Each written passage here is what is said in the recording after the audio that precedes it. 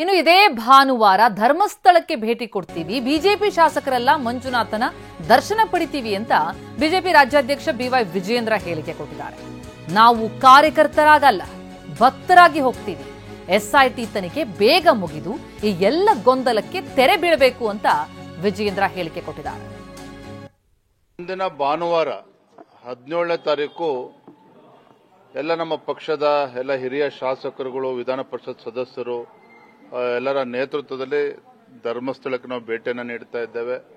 ಮಂಜುನಾಥೇಶ್ವರನ ದರ್ಶನ ಪಡೆದುಕೊಂಡು ನಾವು ಬರ್ತಾ ಇದ್ದೇವೆ. ನೋಡಿ, ನಾವು ಎಂಟ್ರಿ ಆಗ್ತಾ ಇಲ್ಲ. ನಾವು ಭಾರತೀಯ ಜನತಾ ಪಾರ್ಟಿ ಕಾರ್ಯಕರ್ತರು ಅನ್ನೋದಕ್ಕಿಂತ ಹೆಚ್ಚಾಗಿ ಧರ್ಮಸ್ಥಳ ಮಂಜುನಾಥೇಶ್ವರನ ಭಕ್ತರಾಗಿ ನಾವು ಅಲ್ಲಿ ತೆರಳುತ್ತಾ ಇದ್ದೇವೆ. ನಾವು ಭಾರತೀಯ ಜನತಾ ಪಾರ್ಟಿ ನಮ್ಮ ನಿಲುವು ಸ್ಪಷ್ಟತೆ ಇದೆ. ಎಸ್ಐಟಿ ತನಿಖೆ ಅದು ಶೀಘ್ರದಲ್ಲಿ ಮುಗಿಬೇಕು. ಇದನ್ನ ಹೀಗೆ ಎಳ್ಕೊಂಡು ಹೋಗಕ್ಕೆ ಸಾಧ್ಯ ಇಲ್ಲ. ಸತ್ಯಾಸತ್ಯತೆ ಬಹಿರಂಗ ಆಗಬೇಕು, ಗೊಂದಲಗಳಿಗೆ ತೆರೆ ಬೀಳಬೇಕು ಅತಿ ಶೀಘ್ರದಲ್ಲಿ. ಆದರೆ ಮತ್ತೊಂದು ಕಡೆ ಎಲ್ಲೋ ಒಂದು ಕಡೆ ಈ ತನಿಖೆ ಹಿಂದ್ಗಡೆ ಕೆಲವು ಸಮಾಜಘಾತಕ ಶಕ್ತಿಗಳು, ಏನು SDP ಬೇರೆ ಬೇರೆ ಕುತಂತ್ರಗಳು ನಡೀತಾ ಇದೆ ಅನ್ನುವ ಚರ್ಚೆಗಳು ಜನಸಾಮಾನ್ಯರು ಮಾತನಾಡ್ತಾ ಇದ್ದಾರೆ. ಹಾಗಾಗಿ ನಾವು ಇವತ್ತು ಧರ್ಮಸ್ಥಳಕ್ಕೆ ಭೇಟಿಯನ್ನು ನೀಡಿ ನಾವು ದೇವರ ದರ್ಶನ ಪಡೆದುಕೊಳ್ತಕ್ಕಂಥ ಕೆಲಸ ನಾವು ಮಾಡ್ತೇವೆ. ಮತ್ತೆ ಗುಂಡಿ ತೋಡೋ ಪ್ರಮೇಯ ಇಲ್ಲ ಅನಿಸ್ತಾ ಇದೆ. ಇಲ್ಲಿಗೆ ಗುಂಡಿ ತೋಡೋ ಕೆಲಸ ಮುಗಿಯಲಿದೆ, ಹೀಗಂತ ಕಾಂಗ್ರೆಸ್ ಶಾಸಕ ಬೇಲೂರು ಗೋಪಾಲಕೃಷ್ಣ ಹೇಳಿಕೆ ಕೊಟ್ಟಿದ್ದಾರೆ. ಅನಾಮಿಕಾ ಹೇಳಿದ ಕಡೆ ಗುಂಡಿ ತೆರೆಯಲಾಗಿದೆ. ಅನಾಮಿಕಾ ಸರಿ ಇದಾನೋ ಇಲ್ವೋ ಗೊತ್ತಿಲ್ಲ. ವಿಶೇಷ ತನಿಖಾ ತಂಡ ಮಧ್ಯಂತರ ವರದಿಯನ್ನು ಕೊಡಲ್ಲ, ಸಂಪೂರ್ಣ ವರದಿಯನ್ನು ಸಿಎಂ ಪಡಿತಾರೆ ಅಂತ ಬೇಲೂರು ತಿಳಿಸಿದ್ದಾರೆ.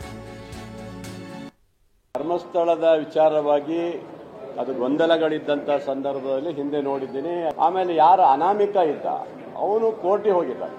ಅವನು ಕೋರ್ಟಿಗೆ ಹೋಗಿ ಆದೇಶನೂ ತಗೊಂಡಿದ್ದಾನೆ. ಅವನು ಈ ಥರ ಇದೆ, ನಾನು ಇಷ್ಟೊಂದು ಹೆಣಗಳಿದಾವ ಅಲ್ಲಿ ನೋಡಬೇಕು, ನನಗೆ ಆದೇಶ ಕೊಡಬೇಕಂತ ಹೇಳಿ ಕೋರ್ಟ್ ಮೂಲಕನೂ ಸಹ ಆದೇಶ ತಗೊಂಡ್ಮೇಲೆ ಆಮೇಲೆ ನಾವು SIT ಹಾಕಿದ್ರೆ ಒಳ್ಳೇದು ಎಲ್ಲರನ್ನೂ ಕೇಳಿದ ಮೇಲೆ SITಗೆ ಅದನ್ನು ಹಾಕಿದ್ದು ಇವತ್ತಿದೆ. ಆದರೆ ಅವನ ಅನಾಮಿಕ ಎಷ್ಟೋ ತಗೊಂಡು ಹೋಗುವಂಥ ಪ್ರಶ್ನೆ ಬರೋದಿಲ್ಲ. ಅಲ್ಲಿ ಒಂದಿಷ್ಟು ಅಂತ ಇರುತ್ತೆ, ಅದನ್ನು ಗುರಿ ಆದಮೇಲೆ ಬಿಟ್ಕೊಡ್ಬೇಕು. ಅದನ್ನು ರಾಜ್ಯ ಸರ್ಕಾರನೂ ಅದ್ರ ಬಗ್ಗೆ ಚಿಂತನೆ ಮಾಡ್ತಾ ಇದೆ. ಇವತ್ತು ಈಗಾಗಲೇ ಅದ್ರ ಬಗ್ಗೆ ಯೋಚನೆ ಮಾಡಿದ್ದಾರೆ. ಈಗ ಜಿಲ್ಲಾ ಆಡಳಿತ ಖರ್ಚಿಗಿಂತ ಕೋರ್ಟಿಂದ ಆದೇಶ ಬಂದಾಗ ಏನು ಮಾಡ್ತೀರಿ ಹೇಳಿ? ನೀವೇ ಒಂದು ಕೋರ್ಟಿಂದ ಆದೇಶ ತಂದಾಗ ಕೋರ್ಟ್ ಆದೇಶ ಮಾಡೋ ಸರ್ಕಾರಗಳು ಏನು ಮಾಡ್ತೀವಿ, ನಾವೇನು ಮಾಡೋಕ್ಕಾಗತ್ತೆ? ಆ ಸರ್ಕಾರ ಕೋರ್ಟ್ ಆದೇಶ ಬಂದಾಗ ಅನಾಮಿಕ ಎಲ್ಲೆಲ್ಲಿ ಹೇಳ್ತಾನೆ ಅಲ್ಲಿ ನಾವು ತೋಡುವಂಥ ಕೆಲಸ ಬಿಟ್ರೆ ನಾವು ಬೇರೆ ಕಡೆ ಎಲ್ಲ ನಾವು ಹೇಳುವಂಥ ಪ್ರಶ್ನೆನೇ ಇಲ್ಲ. ಖಂಡಿತವಾಗಿ ಇದು ಕೊನೆ ಹಂತದಲ್ಲಿ ಬರುತ್ತೆ ಅನ್ನೋದು ನಮ್ಗೆ. ಅವನು ಅನಾಮಿಕ ಏನು ಹೇಳಿದ ಅದು ಮಾಡಿದ್ದಾರೆ. ಅವನು ಯಾವ ಥರ ಬಂದ್ ಮಾಡಿದಾನೋ ಗೊತ್ತಿಲ್ಲ. ಒಟ್ಟು ಅವನು ಸರಿ ಇದಾನೋ ಸರಿ ಇಲ್ಲೋ ಗೊತ್ತಿಲ್ಲ.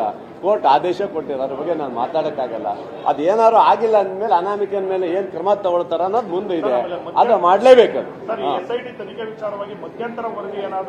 ಇಲ್ಲ, ಕೊಡಲ್ಲ. ಮಧ್ಯಂತರ ವರದಿ ಕೊಡ್ಲಿಕ್ಕೆ ಬರೋದಿಲ್ಲ, ಹಂಗೆಲ್ಲ. ಅದನ್ನ ಕ್ಲಿಯರ್ ಮಾಡಿಬಿಟ್ಟು ಮಾನ್ಯ ಮುಖ್ಯಮಂತ್ರಿಗಳು ಇಲ್ಲೇ ವರದಿಯನ್ನು ಮಾಡಿಸ್ತಾರೆ. ಇಲ್ಲ, ಆ ಥರ ಏನು ಕಾಣ್ತಾ ಇಲ್ಲ. ಬಹುಶಃ ಮುಗ್ದಂಗೆ ಬಹುಶಃ ಲಾಸ್ಟ್ 13 ಇರ್ಬೇಕೇನಾದ್ರು, ಅದಕ್ಕೆ ಲಾಸ್ಟ್ ಅಂತ ಹೇಳ್ತಿದ್ದಾರೆ.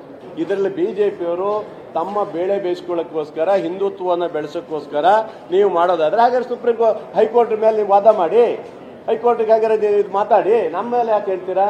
ಅದನ್ನ ನಾವು ಮಾಡಿದ್ದು. ಅವ್ನು ಹೈಕೋರ್ಟಿಗೆ ಹೋಗಿ ತಗೊಂಡು ಬಂದ ಮೇಲೆ ತಾನೇ ನಾವು SIT ಕೊಟ್ಟಿರೋದು. ನೀವು ಮಾತಾಡಿ. ಹಂಗಾದ್ರೆ ನಾವೇನು ಅಲ್ಲಿ ಅಗಿಬೇಕಂತ ನಮಗೇನು ಆಸೆ ಇರಲಿಲ್ಲ. ಅಲ್ಲಿ ನಮಗೆ ಯಾವುದೇ ಆ ಥರ ಇರಲಿಲ್ಲ.